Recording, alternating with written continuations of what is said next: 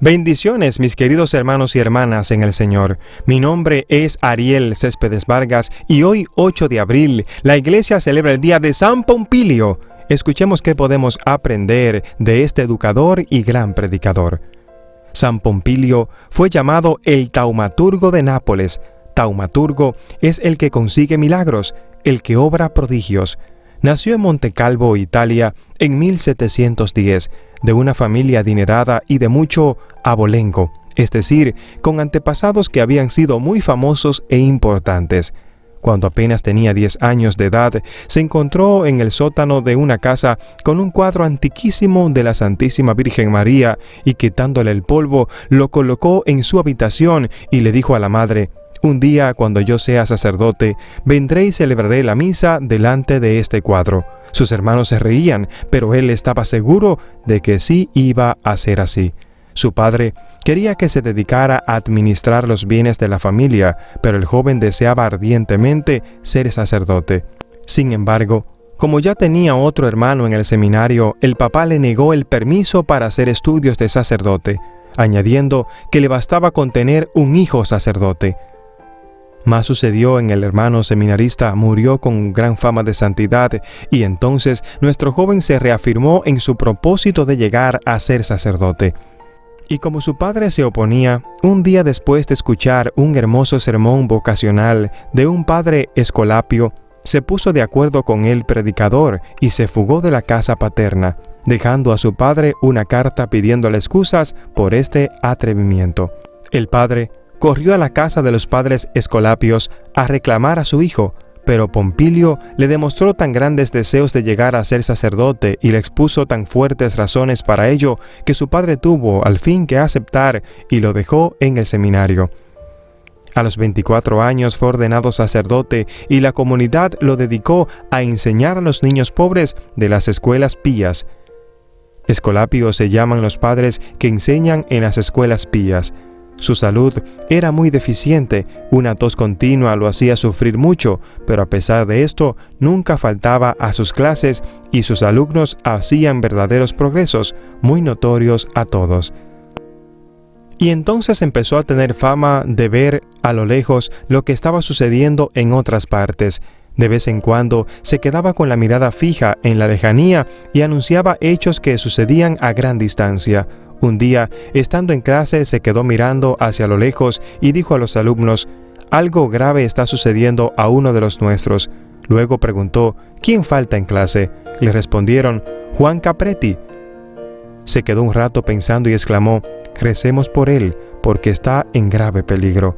Luego envió a un alumno y le dijo: «Vaya a la casa de Juan y pregunte por él». El muchacho llegó a la casa de Capretti y preguntó si sabían dónde estaba. La madre y la hija, que se imaginaban que estaría en la escuela, corrieron a su habitación y lo encontraron tendido por el suelo. Lo sacudieron y despertó de un ataque. Sentí un terrible dolor de cabeza y creí que me moría. Pero de un momento a otro, como que una mano pasó sobre mi frente y recobré la salud. Cuando el mensajero volvió a la clase a contar lo sucedido, el padre Pompilio dijo muy contento a los jóvenes: «Dios ha escuchado la oración que dirigimos por nuestro amigo Juan». Su devoción a la Santísima Virgen era inmensa. En sus ratos libres fabricaba camándulas y las regalaba a todos los que querían rezar el Santo Rosario. A todos les recomendaba: «Sean muy devotos de la Santísima Virgen María».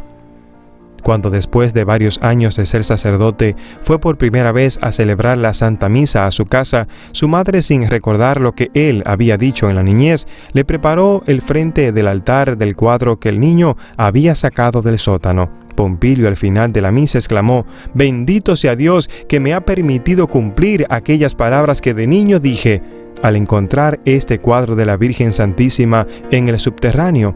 Un día celebraré la misa ante esta imagen de la Santísima Virgen». Los superiores lo enviaron de misionero a pueblos muy lejanos, donde no había sino campesinos y pastores pobres. Él andaba kilómetros y kilómetros y se le gastaban mucho los zapatos y no tenía dinero para recompensarlos. Entonces se dispuso a caminar descalzo y así lo hizo por muchísimos caminos. A quien le llamaba la atención diciéndole que esto era indigno de un sacerdote, le respondía: no se afane que si así andaba nuestro Señor, ¿por qué yo no andar así? Su sotana era de lo más remendado que se encontraba, pero así imitaba también la pobreza de Jesús y cumplía lo que dijo el Divino Maestro. Dichosos los pobres, porque de ellos es el reino de los cielos, y con estas penitencias lograba la conversión de muchos pecadores. En Semana Santa hacía el Via Crucis en vivo y él se encargaba al hombro una cruz muy pesada y descalzo subía la montaña rezando el Santo Via Crucis con el pueblo. La gente se admiraba de su santidad y de sus penitencias y trataban de hacer también algún sacrificio.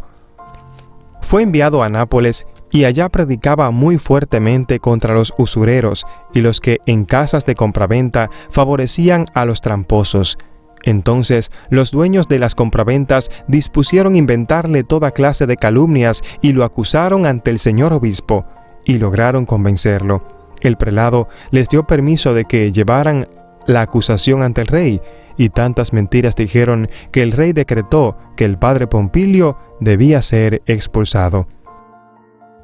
Llegaron los policías a la casa de los padres a llevarse al padre al destierro. Pero él, subiéndose a la carroza, les dijo: «Sin permiso del superior no puedo alejarme».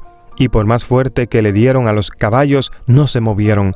Entonces llamaron al superior, el cual le dijo: «Puede irse, padre».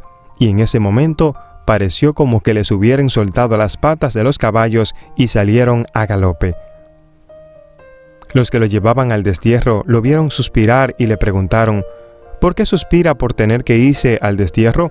Y él respondió: «Suspiro porque el que se inventó estas calumnias le ha tocado irse ahora para la eternidad a dar cuentas a Dios». Y así fue.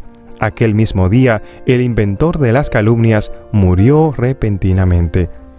El pueblo de Nápoles hizo tantas manifestaciones en favor del padre Pompilio que el rey tuvo que decretar que podía volver a la ciudad, pero para evitar más problemas, los superiores lo destinaron a predicar en los pueblos de los alrededores.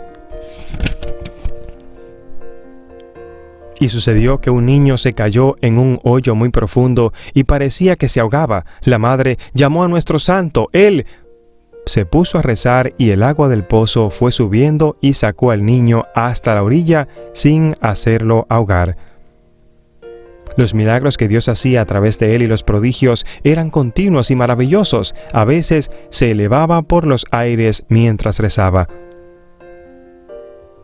Pero los agotadores trabajos por la salvación de las almas lo debilitaron, y en 1766, cuando apenas tenía 55 años, un día, en medio de sus compañeros religiosos, exclamó: «¡Oh, la Madre Preciosa, la Mamá Linda, viene a llevarme al cielo!», y murió dulcemente. Es por eso que hoy es el día de San Pompilio.